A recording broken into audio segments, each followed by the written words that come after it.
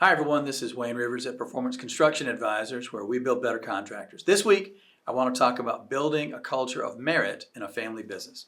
This comes from an article from the Chief Executive Daily Briefing in January of 26, it's an interview actually with Deloitte's Laura Pearson.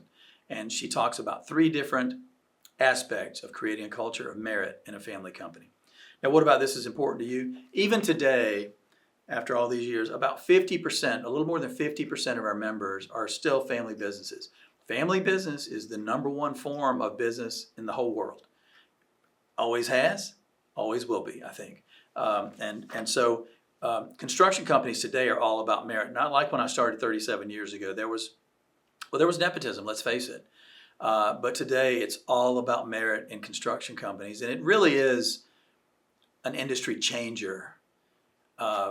The idea that I have a business, therefore it will go to my children, irrespective of their strengths or weaknesses or anything else, is really not the best format, if you think about it. Still the most common format around the world, but maybe less so here because our culture is one that advocates for merit over family ties.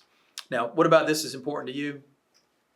You've got to consider, whether you're a family business or not, you've got to think about how you advance people in your organization. So number one, how do family members, or non-family members for that matter, advance? How do they enter the company, and how do they make career advancements? What's their external work experience? What are their qualifications? What are their experiences? What's their internal career path going to look like in your organization? Where are they the weakest? Where do they need outside training? I can tell you generally, as people rise through construction companies, they're the weakest in finance. Even if they come up in the finance department, they're usually historians looking backward versus finance people looking forward. And people that come up through estimating or business development or project management or whatever, they tend to be the weakest. They may understand a project budget, but they don't understand an enterprise budget necessarily. They don't know how to read a P&L or a balance sheet or how things move from the P&L to the balance sheet. In our boot camp, obviously, we focus on an entire day on construction business finance, and John Woodcock built out this incredible interactive model that really opens the eyes of the boot camp attendees. Contact Charlotte for more information about boot camps that are coming up. All right, the second thing, managing generational differences. I would say this was the big one when we were the Family Business Institute, and back in the day we were working with all kinds of different businesses, not just construction companies. But this was the big one, managing generational differences, because this generation came up dirt poor and they worked through they had incredible courage and strength and perseverance. But now the business is at a different level. It doesn't take 120-hour work weeks anymore. It takes a different kind of viewpoint to run a company. Back in the day, maybe you were managing projects, but today, to be successful in this new construction company of yours, you got to manage people. And that's an entirely different thing from managing projects. So over the course of the generations, perspectives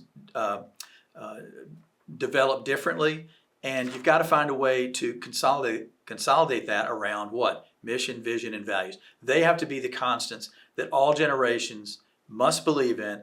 If they need to evolve as the companies evolve, that's fine. They don't have to be permanent. You wouldn't change them very often, that's for sure. But mission, vision, and values have to be completely shared up and down the generations in the company. There's got to be psychological safety. How many times have we talked about that? And then you also want feedback. It's great to have feedback from what Leon Danko wrote about in the 70s, risk-taking peers. He was talking about boards. When we say risk-taking peers, we're talking about a peer group of people who are in your industry doing the things you do. It's absolutely invaluable. The third thing, balancing purpose and profit. So she talked about having a positive impact in your community beyond financial returns. And that's fine. The term giving back, as you know from previous blogs, we don't necessarily believe in, because when you say giving back, it sounds like you took something. Give it back. Well, wait, I generated stuff. I didn't take anything. In my peer group, we talk about doing good. We don't talk about giving back. We talk about doing good. And that made me think about this orientation. I remember talking to contractors over the years, and they said, well, we're not all about profit here. Well, nobody's all about profit. You don't wake up in the morning thinking, boy, I need more profit. You wake up in the morning thinking, I want to deliver a service here. I want to build a project. I want to do something. I want to build that medical office building for these people so they can do their thing and they can do it happier and more fun than they do it now. But you got to have profit. You got to have profit. It made me think, golly, didn't we do a blog on profit? And we did in 2009. So I wrote this in 2009. And you think about the media and the things that you read about business in the media, and when those news readers come on and they say XYZ Corporation made $1 billion of profit, it's almost, they say it almost with disdain. The idea that profit is somehow immoral or something. So I started thinking about that, and I said it's not uncommon for family business owners to begin to doubt the morality of high profits. We would like to put that ambivalence to rest. Okay, you see where this is going.